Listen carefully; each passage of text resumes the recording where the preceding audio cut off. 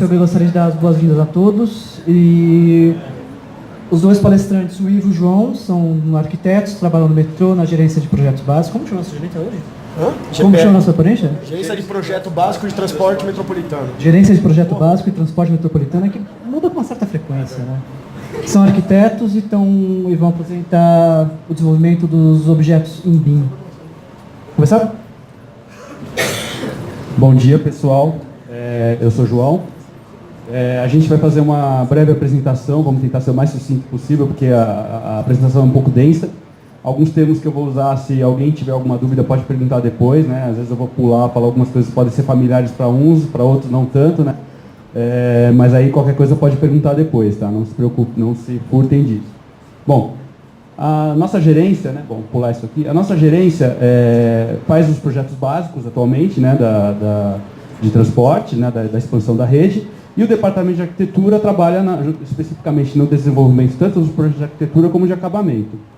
E paisagismo e comunicação visual. Então são 3 subdisciplinas dentro de uma disciplina principal de arquitetura, né? Que envolve urbanismo, paisagismo, e comunicação visual e acabamento. Bom, então já é uma tradição, né, do metrô, assim como em outras empresas públicas e outras empresas do mercado, desenvolver projetos padronizados para determinados elementos de arquitetura, né?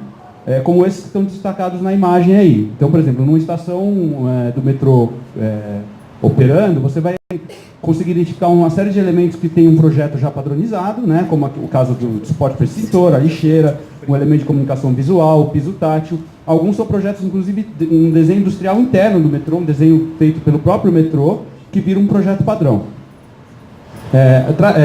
A tradição, né, dentro da tradição, a gente disponibiliza, né, para quem projeta, tanto dentro do metrô como os colaboradores, esses projetos padrão em forma de mídia ou de papel, né, que são representações 2D, que tem todas as especificações, né, as vistas, né, a época, vamos dizer assim, né, as cotas, as especificações, as notas, os detalhes de fixação, inclusive para quando é um projeto interno, para até subsidiar a fabricação por um fornecedor, né. E hoje a gente tem esses projetos padrão, uma série deles já feitos, só que todos representados em 2D, né, que é o jeito tradicional de fazer projeto até hoje.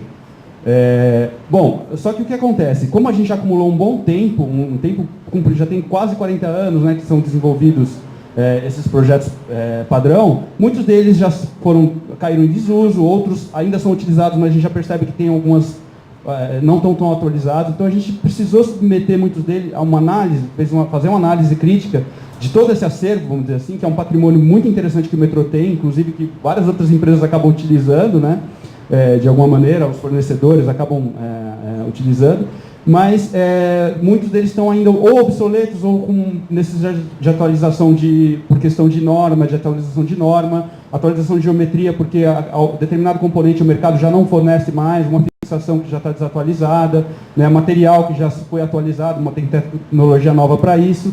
Então a gente fez um trabalho, inclusive com a parceria de outras gerências do metrô, como a gerência de operação, a gerência de manutenção e as gerências de execução de obra, que tem um feedback melhor de obra e de fornecedor para dar para a gente, para levantar aos poucos os requisitos de mudança desses projetos padrão para a gente atualizar. Então a gente vai fazendo ali, ali é o caso de um caixilho que está sendo atualizado, né? Os croquis já mostram a mudança de especificação e tudo mais, né? Bom, a gente tem essas... Então, assim, um levantamento, um diagnóstico que a coordenadora de acabamento fez, mostrou que a gente tem hoje 1.614 elementos padronizados, né, de arquitetura. Desses, apenas 603 são mais utilizados, né? Tem um uso mais frequente ainda, alguns são de linhas antigas, já caíram em desuso, outros por uma questão de desatualização mesmo técnica, não precisam mais ser utilizados. E desses 603, num levantamento um pouco mais grosseiro, a gente percebeu que 44% tem algum requisito, alguma especificidade que precisa ser atualizada, né?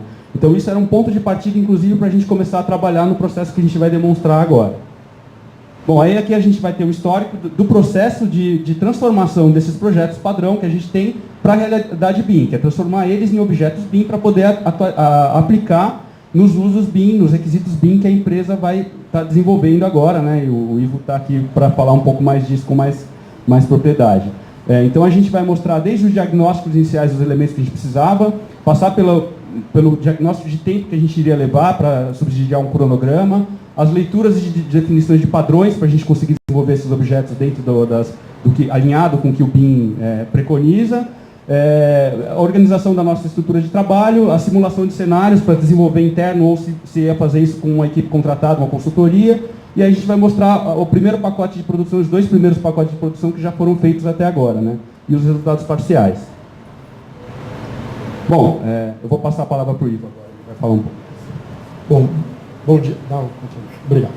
Bom dia. Bom, visto esse cenário, né, entendendo esse cenário, aí nós vamos para a parte de tentar transformar esses elementos em objetos BIM. Muito bem.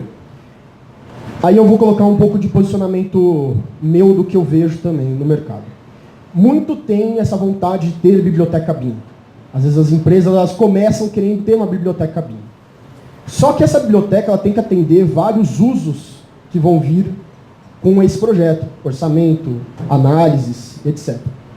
O quão maduro está num processo inicial de implantação BIM a empresa para que ela consiga solicitar o desenvolvimento de uma biblioteca BIM para atender todos esses usos. E mesmo se você fizer uma consultoria externa, o quanto que essa consultoria externa entende da sua empresa para conseguir fazer com que esses objetos eles sejam objetos que vão acompanhar e vão atender todo o ciclo de vida do teu projeto. Né? Porque esse projeto ele vai, essa modelagem ela vai desde o começo até o final desse processo. Dessa forma, nós tivemos algumas conversas lá internas, onde nós precisávamos entender a nossa estratégia inicial. E foi isso que foi proposto, por isso que o João mostrou todo esse diagnóstico que foi feito para entender qual que seria o nosso trabalho e como que a gente começaria. Então, a modelagem do objeto, um dos pontos mais importantes é você entender quais são as informações que esses objetos vão ter que ter. Porque, queira ou não, são elas que vão alimentar o seu projeto. Se você tira a informação de um projeto, essas informações estão vindo de um objeto. Né? Entendendo que um projeto, uma modelagem, ela é composta de diversos objetos BIM. Tudo lá dentro é objeto BIM. Então, você conseguir definir, primeiro, quais são as informações que eu vou precisar, aonde esse projeto vai ser utilizado. Se a gente olhar só o departamento de arquitetura, são menos informações. Se eu pensar agora o pessoal de custo e orçamento, opa, são outras informações que vão precisar, que não necessariamente eu já tenho esse conhecimento prévio, porque às vezes eu estou olhando para a minha necessidade, não para a necessidade geral da empresa. Isso é uma dificuldade, e esse é o primeiro passo também que tem que ser dado. Mas, entendendo essa situação, nós colocamos 3 cenários. Numa gestão futura, também não adianta fazer uma biblioteca agora. Eu tenho que pensar nos meus próximos 15 anos, nos próximos 20 anos. Porque uma das coisas que se perde muito é a gestão desses componentes. Né? Se atualiza a norma, né? Como a gente viu aqui, se atualiza a parte industrial, né? a disponibilidade de peças. Né? A gestão dessa biblioteca é muito importante, inclusive em BIM. Então, quais são os cenários que nós colocamos que uma biblioteca, que um objeto BIM vai ter dentro da empresa? São 3. Vamos no momento inicial pegar aquele pacote de 603 objetos, fazer uma contratação e mandar modelar. Ótimo. Está resolvido o problema. Cenário 2. Atualizou a norma. Nós fizemos esse pacote, tem 603 objetos, maravilha. Daqui a 2 anos atualizou a norma de acessibilidade. A gente tem que ir lá e mexer nesses objetos de novo. Às vezes tem que mexer em 2 objetos. Eu vou fazer uma licitação, vou fazer um contrato para atualizar 2 objetos? Não. Vou fazer onde? Internamente. Então eu tenho que capacitar a equipe a ponto de conseguir atualizar ou desenvolver novos objetos conforme as atualizações que vão acontecer. Cenário 3. Projeto exigiu um novo objeto especial. Ou qualquer coisa que seja um objeto específico feito para aquele projeto. Essas informações desses 3 cenários, né, porque aí não vai ter PP, né? Ele vai desenvolver um PP específico para esse projeto. Né? Então, nesses 3 cenários, o que eu tenho em comum? Eu tenho que conversar esses 3 cenários. O objeto feito para os 3 cenários, eles têm que ter as informações no mesmo lugar, o mesmo tipo de informação, a mesma padronização de informação. Senão, eu não consigo juntar esses objetos num único projeto. Não vai dar trabalho depois, eu não vou conseguir juntar essas informações, talvez tenha que remodelar tudo isso. Então, o que esses 3 cenários têm em comum? Diretrizes. A diretriz tem que ser a mesma para os 3 cenários, senão você vai se perder. Senão você vai se perder. Então, você tem que dizer exatamente, independente dos cenários, o que tem que ser feito e como, e quais informações. Então, por exemplo, no cenário 1, que a gente vai fazer uma modelagem completa, né, contratar uma modelagem, então você tem lá contratação específica de objetos, mas também uma produção interna. Tem depois o gráfico, acho que é no slide seguinte, né, que mostra isso. Na Segunda, que eu falei, a produção interna. Então, o elemento numa atualização precisa ser feito internamente, então eu preciso preparar essa equipe. E no terceiro, que é a aquisição de objetos a partir de novos projetos. Isso daqui é uma coisa que o mercado brasileiro ainda não está acostumado, já teve projetista que reclamou, mas é algo que vai ter que acontecer. Se o objeto que foi feito, aquele componente que foi feito para aquele projeto, eu tenho que ter capacidade de absorver aquele objeto para a minha biblioteca para utilizar num próximo projeto. Então, se ele quiser colocar o valor a mais por conta daquela produção, tudo bem.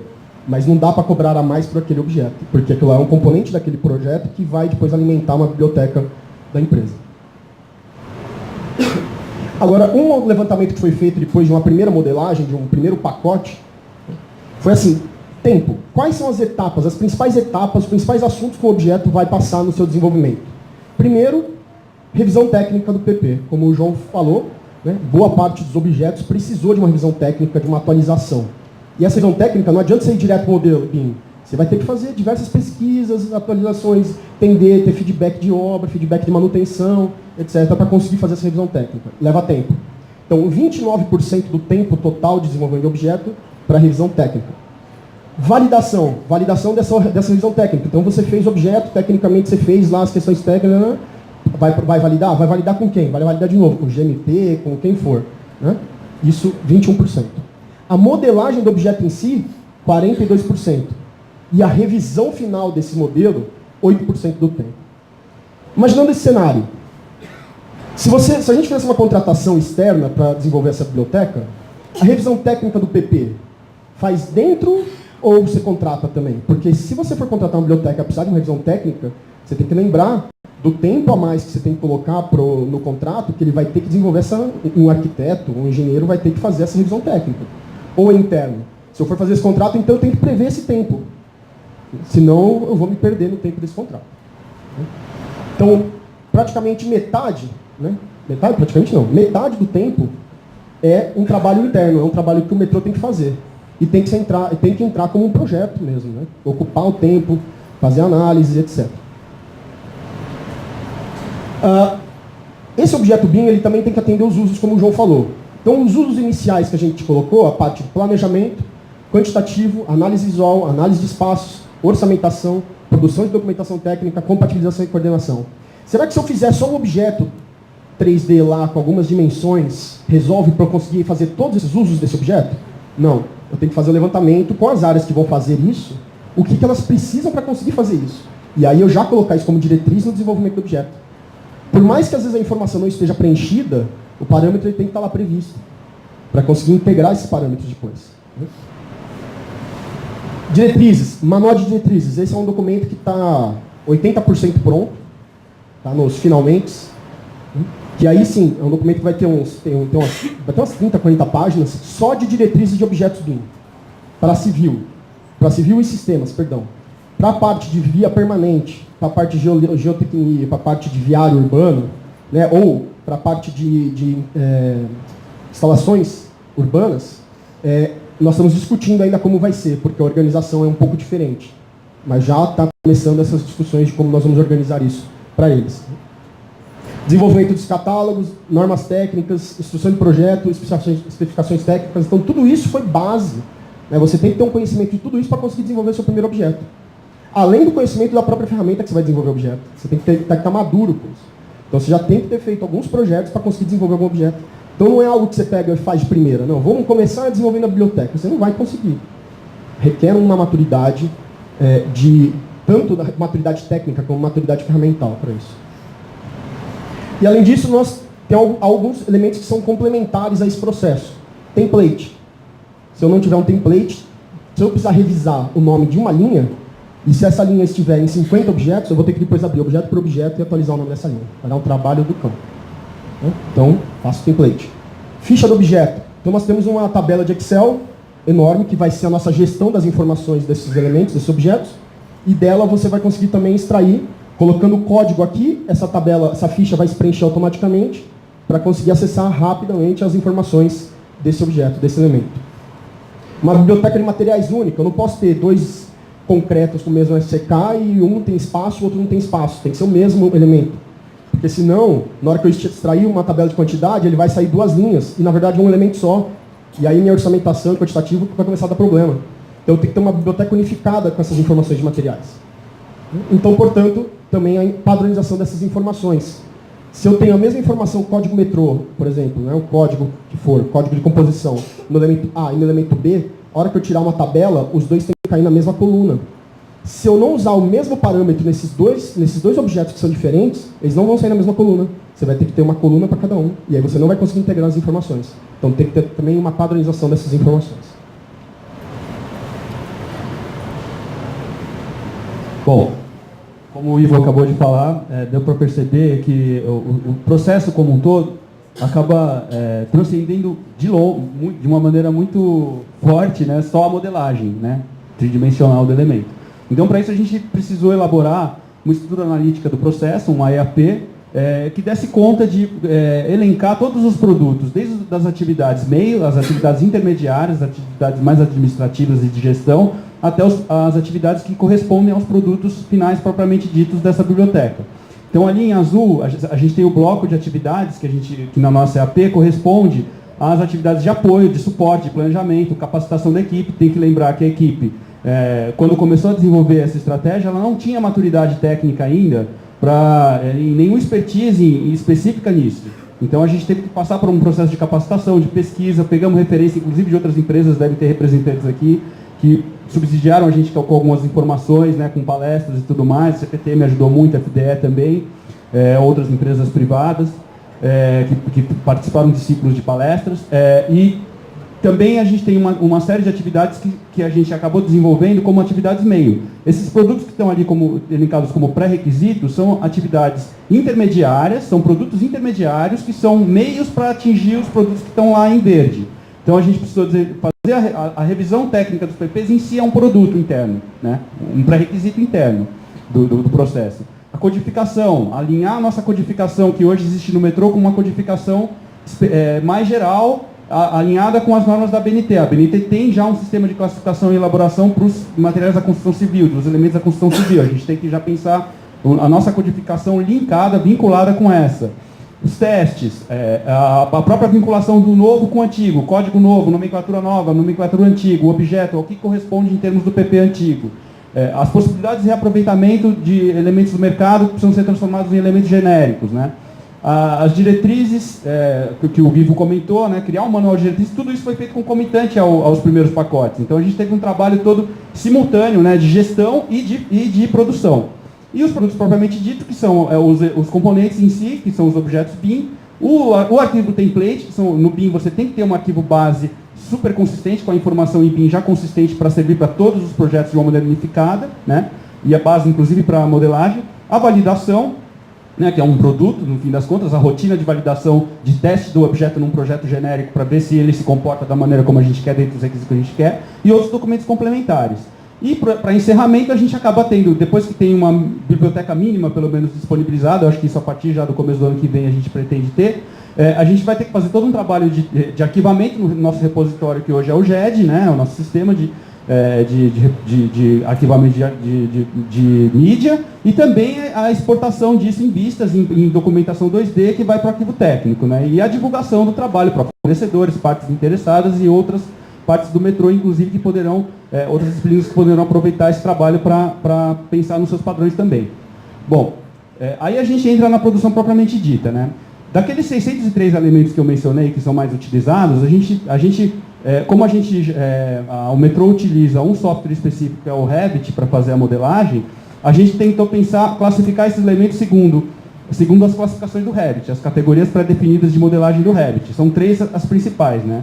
E aí a gente pegou nossos objetos e já identificou quais deles se enquadravam em quais. Então, a gente tem um total de 470 elementos que são famílias de modelo, propriamente ditas. São famílias que têm extensão inicial RFA e pode ser exportada para um RBT, numa coletânea, né?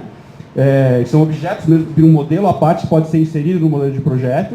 Tem as famílias que são famílias de parede e cortina, que são famílias moduladas, né, que se comportam como se fossem paredes ou cortinas, como elemento vazado ou caixilho, mas que são como se fosse uma parede, mas que é composta por famílias alinhadas dentro dela de módulos. E tem as famílias de sistema, que não necessariamente são um modelo à parte, mas que podem compor um arquivo base ou um template, como revestimentos, tijolos, revestimento de piso, né? são famílias de sistema, não precisa de um modelo RFA específico, de extensão específica, mas podem compor um modelo template. Então, o universo então, de modelagem propriamente dito de famílias acaba sendo, das 603, só 470, mais as 14 de cortina, que são objetos mesmo BIM separados. Os demais desse universo 603 vão virar componentes de um arquivo de template, porque são famílias de sistema. Então, a gente já restringiu o nosso universo aí de modelagem uma segunda vez, né? Aí a gente fez uma outra classificação de categorias, né? Uma outra sistema de classificação para a gente conseguir mensurar o tempo de modelagem que a gente ia ter na hipótese tanto de desenvolvimento interno como de contratação. Então a gente subdividiu porque assim, nem todos os objetos têm a mesma complexidade. Tem objetos que são mais simples de fazer e outros que têm uma complexidade muito maior. Então a gente subdividiu eles em 5 categorias, estão exemplificadas as listas, vocês podem ver, né? Que vai da 1 a 5, a 0 é uma parte depois que eu vou falar no fim. Você tem a categoria, indo da 1 a 5, você tem uma gradação de complexidade, onde a 1 e a 2 são elementos que não têm parâmetros geométricos variáveis, você não tem uma necessidade de embutir uma inteligência de parametrização geométrica no objeto, mas que tem diferentes complexidades geométricas. Então, o 1 é um pouco menos complexo e o 2 tem uma complexidade geométrica maior. O elemento 3 é um elemento que já tem uma variável, né? A categoria 3 e a 4 já tem variáveis, sendo que a 3 são variáveis geométricas dimensionais um pouco mais simples, e o 4 você já tem uma modulação mais complexa. Você tem que embutir uma inteligência específica de um algoritmo, né? Uma série de cálculos internos na família para que você dando, quero fazer um gradil com um comprimento X. Ele já automaticamente calcula quantos módulos dentro de uma tolerância estrutural vai ter, quantos apoios vai ter, então já é uma inteligência um pouco mais complexa. E o elemento 5, que é o mais complexo de todos, são aqueles que dependem de um hospedeiro, por exemplo, corrimãos, guarda-corpos, né? Que você já tem uma complexidade de inteligência e de parâmetros geométricos para colocar maior. Então ali você tem as incidências, né? A complexidade não tem parâmetros variáveis, não tem parâmetros variáveis, o 2 já tem a geometria complexa, o 3 já tem a modulação, né?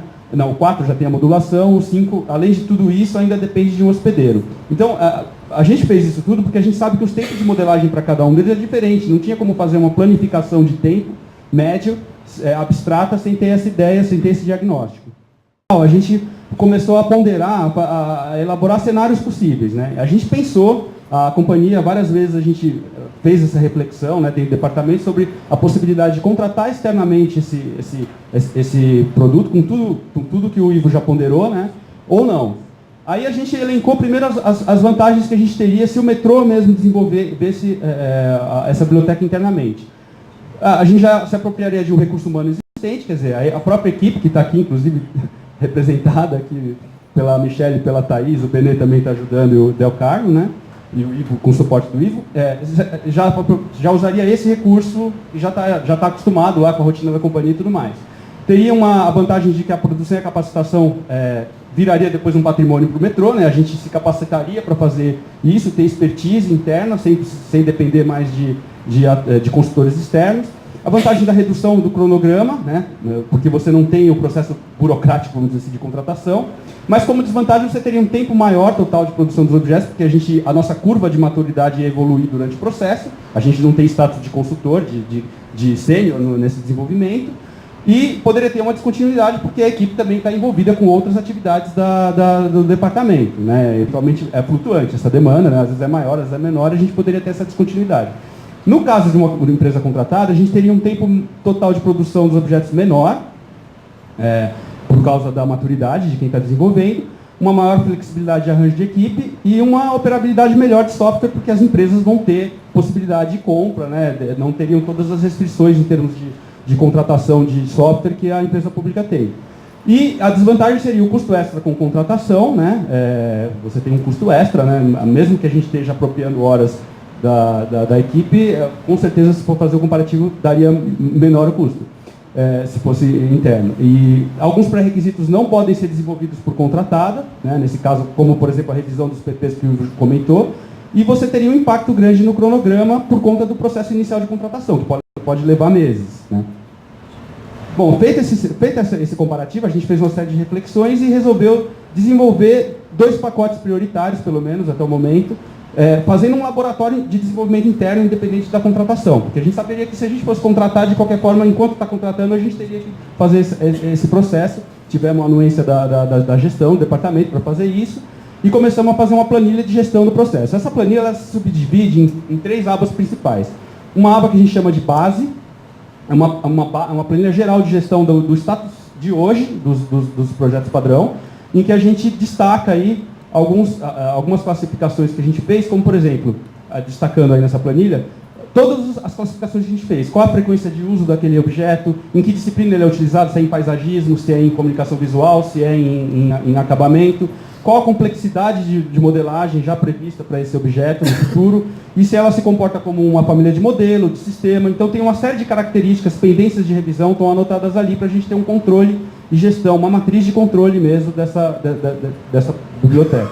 Aqui você já tem uma aba que se chama planilha de trabalho, que é a planilha de produção propriamente dita, onde a gente, feito o primeiro pacote de modelagem, as famílias, você já tem um PROC-V ali, que já coloca as famílias ali, com todas as características atuais, e aí a gente vai completando o código novo, conforme a BNT, a descrição nova, atualização de descrição, né? E aí a gente, está destacado aí, né? A gente já começa a fazer essa atualização para criar já é uma base para um catálogo futuro de vinculação novo e antigo, conforme norma, né? Claro que a gente vai continuar tendo ainda o código metrô específico e a nomenclatura metrô, mas sempre linkada. E aí tem, por fim, uma planilha que é consolidada, que vai servir de base para o catálogo final. Isso aqui é o estado final do elemento, com seu código respectivo, né, onde aparece, inclusive, os materiais, as características especificadas, que algumas vão até para a ficha que o Ivo comentou, e os usos BIM possíveis para isso. Isso depois vai virar uma base para um catálogo geral que vai ser divulgado, vai ser disponibilizado para os projetistas, né, para quem fizer projeto. A modelagem propriamente dita, a gente subdividiu em 4 ciclos, né, para conseguir garantir, inclusive, uma mensuração melhor de quanto tempo é apropriado para cada ciclo. Você tem o ciclo da etapa 1, dentro desse ciclo, na verdade, né, você tem 4 etapas. A etapa 1, que é a etapa de produção geométrica, a criação de toda a inteligência geométrica, parametrização e as características geométricas do modelo, que é a que leva mais tempo. A etapa 2 é a etapa de aplicação dos materiais, conforme a biblioteca unificada que o Ivo comentou. E a etapa 3 é a inserção das demais informações para os usos BIM que a gente vai requisitar no nosso ciclo de vida. Então, especificação, os parâmetros compartilhados que precisam ser exportados, que precisam aparecer na exportação de uma maneira consistente, né? Por exemplo, até parâmetros complementares de quantificação e tudo mais, ou de conexão com outros elementos, né? E a etapa 4, que é a rotina de validação. É o teste que eu comentei, que o elemento tem que ser ao qual o elemento tem que ser submetido para ver se ele vai se comportar com as restrições todas, as tolerâncias, os avisos, toda a inteligência se comporta, para ver se toda essa inteligência se comporta da maneira como a gente quer, inclusive na extração de um quantitativo, por exemplo. Bom, aí eu vou falar um pouquinho dos pacotes que a gente desenvolveu, né? A gente desenvolveu inicialmente um pacote experimental, como que ele foi feito, na verdade. A gente elencou elementos que a gente pensasse, conseguisse raciocinar da seguinte forma. Os elementos que tem, a gente tentou abranger a maior gama possível de complexidades para fazer um laboratório e ver se aqueles tempos que a gente tinha calculado iniciais para a modelagem realmente se confirmavam para cada complexidade. O pacote 1, então, teve esse caráter mais laboratorial, né? O pacote 2 ele já é uma aplicação mais específica, já é uma produção um pouco mais específica para as demandas que a gente tem em estação e poço, né, de ventilação, mas também ainda sendo feito concomitante à padronização, ou seja, eles não têm ainda a consistência final de padronização que a gente requer no futuro. Mas, de qualquer forma, eles podem depois ser atualizados e finalizados quando a gente tiver a diretriz, esses 80% chegarem a 100 em termos de padronização, né? Então, assim, esse universo somado corresponde a 175 objetos, né, que já vão ser uma biblioteca parcial de elementos com uso mais frequente, com a maior gama possível de objetos, principalmente de comunicação, de acabamento e de paisagismo, porque a comunicação visual a gente tem ainda algumas pendências para resolver para conseguir fazer isso. E aí elas já vão poder ser utilizadas em contratos, né? É uma biblioteca parcial que já vai poder ser aplicada em contratos e desenvolvimento de projetos, né, nos edifícios que a gente projeta na expansão. Bom, o pacote 1, só para ter uma ideia, fazendo um resumo, correspondeu ao período entre junho e outubro de 2017. Lembrando que assim, a equipe sempre foi uma equipe de 4 pessoas, eu esqueci de falar isso, né, que foi flutuante. Inicialmente começou com algumas pessoas, com outras pessoas, a Juliana acho que estava aqui também, porque a gente fez parte da equipe no início, no diagnóstico. Depois a gente tenta manter sempre 4 pessoas, hoje a gente está mais ou menos com 3, né, mais fixas, né, para fazer esse processo junto com o processo de gestão. Então a gente fez 34 objetos paramétricos em termos de experimento, e isso correspondeu a um tempo líquido de produção de 2 meses, né, de produção mesmo, de modelagem, sem contar a parte toda de gestão e produção de requisitos. Né. O ponto crítico do pacote 1 foi que a gente percebeu que o impacto de revisão técnica dos PPs foi muito maior, né, resultou naquele quadro que o Ivo já mostrou antecipadamente, né, foi um spoiler, vamos dizer assim.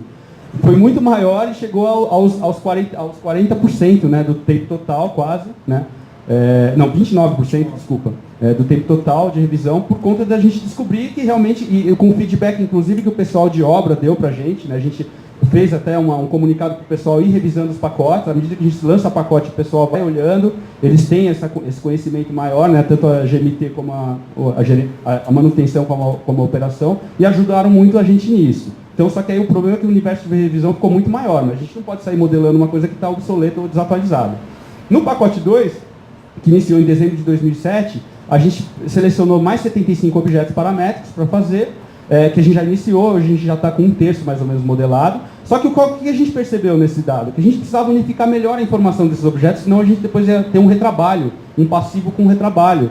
Então a gente suspendeu, em parte, para conseguir definir o manual de diretriz que a gente fez em colaboração, né, a equipe toda, o Ivo deu suporte, para poder evitar retrabalho nos pacotes futuros, que é o ponto crítico desse pacote 2 agora que a gente está. Então a gente agora está intensificando essas atividades de gestão para terminar, deixar o manual pronto, porque aí cada modelo que sair já sai dentro de um padrão pré-definido bem claro, em todos aqueles aspectos, em todas aquelas etapas do ciclo. E aí, com um modelo consistente e bem feito, a gente pode extrair, inclusive, outros produtos, né? Além do objeto BIM propriamente dito, que é o modelo, as folhas, que vão se comportar mais ou menos como as folhas tradicionais do projeto padrão, mas com fluxo agora invertido. Você primeiro faz o modelo e a folha é extraída daí. Então, sempre que você atualiza o modelo, a folha já é automaticamente atualizada, só algumas especificações que a gente coloca além lá, que são informações complementares que precisam estar escritas mesmo, como no projeto padrão.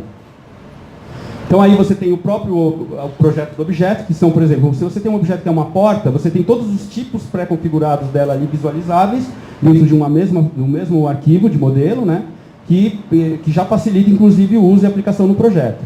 E aí você tem também a chamada coletânea de objetos. A gente reúne os objetos que são da mesma categoria, ali listados na direita tem todas as categorias que a gente elencou das nossas disciplinas de projeto, e a coletânea funciona como um showroom dentro de um arquivo de extensão RFT, como se fosse um arquivo de projeto, onde o usuário que vai aplicar o objeto no projeto, ele consegue ter uma análise visual de todos os objetos que ele vai precisar utilizar, que ele pode escolher. Né? Tem um range ali que ele pode escolher de objetos, que ele fala, não, essa escada, por exemplo, no caso da escada, que é o exemplo que a gente colocou aqui, eu posso usar uma escada que fixa no chão e em cima fixa no teto. Isso facilita, porque ao invés de ele ver um catálogo, ele já tem a observação visual que facilita para ele essa escolha. Né? E aí aqui a gente chega numa parte que eu acho que é melhor até o Ivo explicar esse fluxo, né?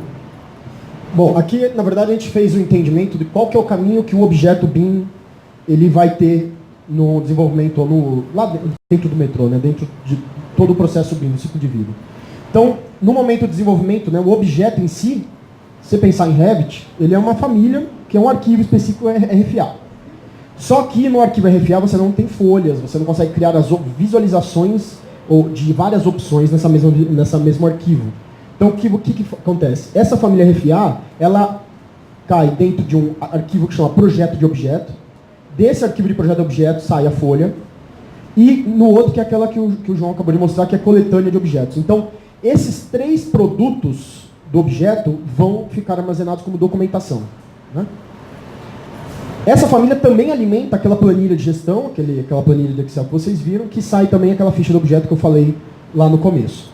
Quando o projetista, ou quem for, utilizar esse componente, o que ele vai fazer? Ele vai abrir a coletânea de objetos, vai pegar o objeto que ele quer, jogar no projeto dele, e aí sim, do projeto ele vai sair a folha, vai sair o arquivo IFC de armazenamento, o quantitativo, OR, etc., e por aí vai, né? Para usar depois daí para frente. Então é importante entender esse fluxo que o objeto vai fazer para que a gente consiga manter uma gestão correta dele. Estamos finalizando aqui, que já estourou o tempo. Bom, aí a gente tem o principal resultado que a gente chegou é o seguinte. Com esse experimento dos 2 primeiros pacotes, principalmente do primeiro, que já está finalizado, o segundo ainda tem só metade, não chegamos na metade ainda do segundo pacote. A gente espera que o terceiro termine no começo do ano que vem, né? Que a gente vai ter mais tempo para modelar. A gente já percebeu que, na prática, aquela barra azul clara era a expectativa que a gente tinha de tempo médio de modelagem por complexidade de objeto, sem maturidade. Interna, desenvolvendo internamente. E ali em laranja seria o que a gente pegou de prospecção de mercado, assim, ter uma ideia de o que o mercado pratica, consultando as consultorias e tudo mais, né? A gente teria muito mais tempo de modelagem média para cada complexidade. Na prática, através do uso do pacote 1, a gente percebeu que a gente conseguiu praticamente mimetizar, né, fazer quase igual ao que o mercado faz, né, já com maturidade baixa. Né, a gente percebeu que essa curva de maturidade ela é muito mais exponencial do que o que parecia. Né? Então isso foi um ganho, inclusive, até para o nosso cronograma. A gente tem um ganho de maturidade maior que o previsto. Só na família 0, que eu esqueci de comentar, a família de categoria 0 é a derivada, é aquela que você já tem um modelo pronto, você só tem algum detalhe para fazer para o modelo de um objeto derivado dele. Né? Só no objeto derivado que a gente mais ou menos previu corretamente de início o tempo que a gente ia levar. Então isso é um ganho, né? Isso é uma coisa que é um aspecto positivo do desenvolvimento. E para finalizar, vou só colocar algumas coisas que a gente já tem de lições aprendidas, vamos dizer assim, desse processo até agora. A produção da biblioteca BIM abrange várias atividades além da produção dos objetos, então como vocês puderam ver, não se resume só à modelagem propriamente dita. E aí isso tem um impacto difícil até de gerir no próprio departamento, porque a equipe não é só para isso, né? A equipe tem outras coisas para fazer também. Para os 2 primeiros pacotes você tem um retrabalho por conta da concomitância da produção junto com a padronização, então a gente vai ter um retrabalho mesmo de verificar novamente os objetos para colocar as rotinas necessárias dos padrões que a gente definiu. E quando a biblioteca é feita internamente, você tem um ganho maior de expertise para a equipe, que vai ficar para o metrô para sempre, a gente vai se apropriar disso da melhor forma possível. A padronização desempenha um papel fundamental para a consistência, né? Uma coordenação de projeto bem feita precisa de padronização, inclusive, principalmente nos processos BIM, e que com a biblioteca a companhia vai ter benefícios de gestão e produtividade para outros processos também, porque o ciclo de vida de um empreendimento como esse não fica só no projeto básico, vai bem além e tem várias outras disciplinas que podem se utilizar disso. Bom, a gente aí lembra nossas referências, que eu já mencionei algumas, né? A FDS, a FTM e a Vrasoftware ajudaram muito, assim, como base para a gente aí, começar o nosso processo. Tem um sistema de classificação da construção civil que eu cito também, que é importante para a gente ver a nossa codificação.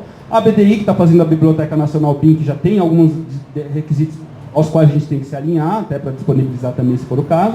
E a comissão de estudo que da qual o Ivo é relator, que é a Comissão de Estudo Especial de Modelagem e Informação da Construção, que dá bastante informação e subsídio para a gente. Obrigado, pessoal, era só isso.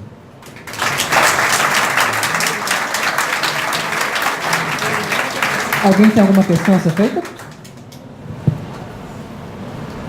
Bom dia, parabéns. Eu sou Luciano Arruda, do metrô do Recife. A minha pergunta, né, bem rapidamente, é sobre modelagem de informação.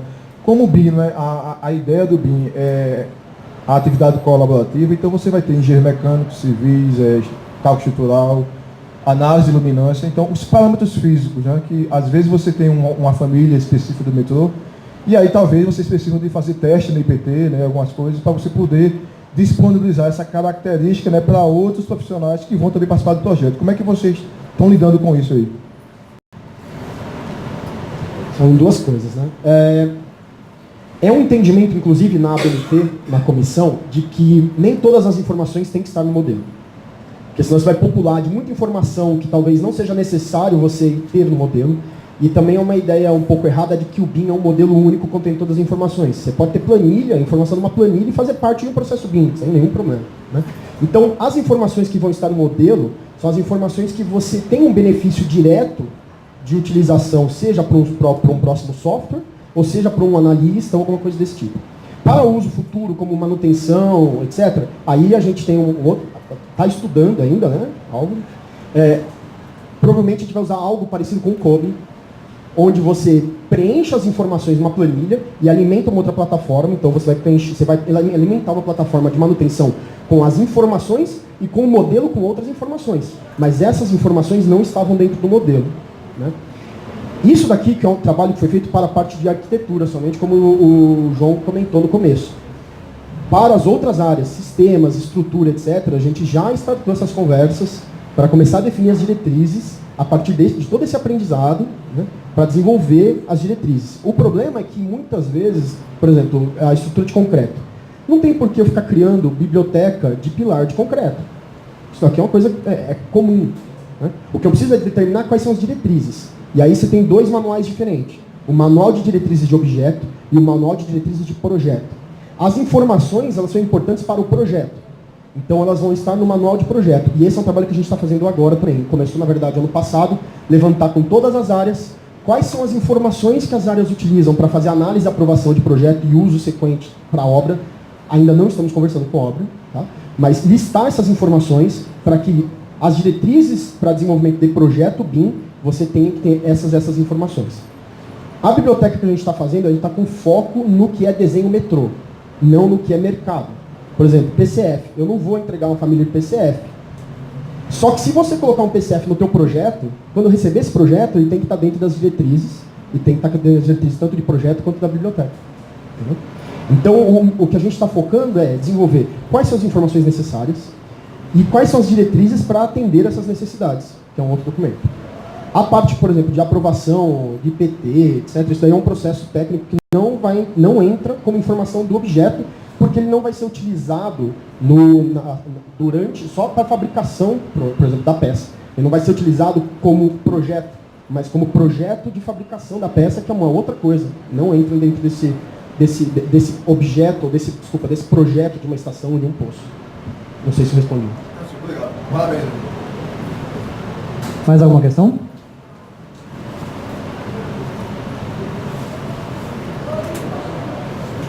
Oi, minha pergunta, na verdade, era sobre a questão do formato nativo, de vocês terem escolhido o Revit para poder fazer, como que fica com as contratações? Se existe alguma preocupação nesse momento que vocês estão desenvolvendo as diretrizes em relação à isonomia de poder usar outro tipo de software? Essa pergunta sempre pinta, né?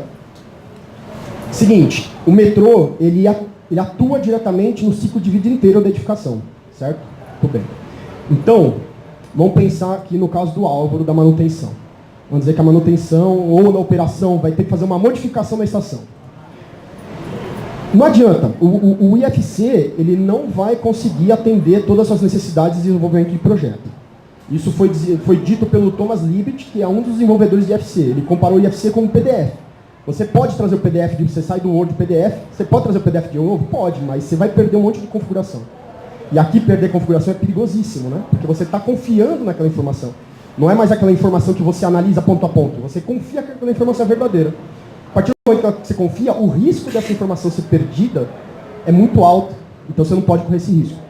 Nesse ponto, por mais que no ano passado, já vou até fazer um convite, terça-feira que vem de manhã, no Instituto de Engenharia, eu e o engenheiro Daniel, nós vamos apresentar, nós fizemos no final do ano passado uma missão para Londres e para a França, fazer só reunião de BIM. Vai ser apresentado agora terça-feira de manhã no Instituto de Engenharia. Né? Lá nós conversamos com alguns, que lá eles têm um cargo que chama Diretor de Engenharia Digital. É o cara que só toca a parte da digitalização da engenharia. Ele fala uma coisa, eu não confio em arquivo nativo com mais de 3 anos, por isso que ele usa o IFC como registro. Eu já tive casos de abrir, eu comecei a trabalhar com Revit em 2007, 2006, 2007. Eu já tive casos de tentar abrir arquivo em 2010, no 2015 e não consegui. Acontece. Por isso que na saída ali do projeto tem o IFC. Porque o IFC é que vai garantir o registro desse projeto. Né? Mas o desenvolvimento dele ainda tem que ser em Revit. Por quê? Dois motivos. Quando eu entregar esse as-built para a operação, ele tem que ter uma liberdade de conseguir alterar esse projeto. Motivo 2. De básico para executivo, eu não posso começar do zero. Senão eu vou criar uma desvantagem competitiva, ou uma vantagem competitiva, na verdade, se eu falar, olha, o básico foi feito em ArchiCAD. O executivo, tá aqui o ArchiCAD FC, você toca. O cara que vai fazer ArchiCAD vai fazer um preço menor, ele vai tirar uma vantagem nisso. Né? Então, nós mantivemos no software que nós temos, já antes de entrar na empresa, já era o Revit, continuou o Revit, por conta da questão de mercado, etc. Né? E então, essa que vai ser a nossa definição. Então, qualquer contrato daqui para frente está no nosso manual de diretrizes, na revisão 2 que vai sair. O projeto tem que ser desenvolvido para edificações, para sistemas, né, para arquitetura, estrutura, sistemas, hidráulica, Revit. Só que o documento de registro é também o IFC. Porque pode ser, eu até dou um exemplo um pouco exagerado. 2000, a gente sabe o tempo que leva, né, uma obra de linha, uma obra de metrô. Vamos dizer que o projeto que a gente está fazendo hoje, a obra vai começar em 2023. Vai que em 2020 estoura uma guerra mundial e o Brasil entra em guerra contra os Estados Unidos. Aí a Autodesk não pode mais vender o software para o Brasil. E aí? O que eu faço com todo aquele dinheiro que eu gastei no projeto? Eu não consigo mais ler aquilo. Então por isso que a gente pega o IFC e ele é o nosso documento de registro. Só que o Revit é o nosso documento de continuação do ciclo de vida. Okay?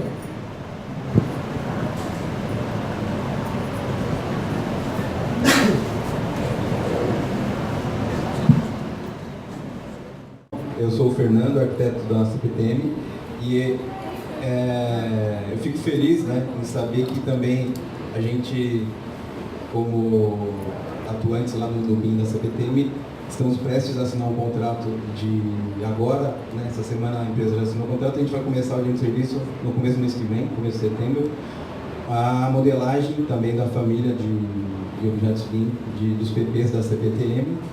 E boa parte do que vocês falaram a gente também contemplou, então eu acho que a gente está em uma certa sintonia, né? Eu queria fazer duas perguntas, né? Mais especificamente em relação à questão da homologação. Que critérios vocês estão utilizando para homologar esse objeto? Né? Vocês têm um checklist, vocês têm uma rotina de verificação, isso já está em que grau de implementação? E convidá-los também para a gente afinar a conversa, porque eu acho que a gente tem muito a colaborar uma empresa, né, essas empresas primas, né, a gente trocar umas figurinhas aí. Tudo certo.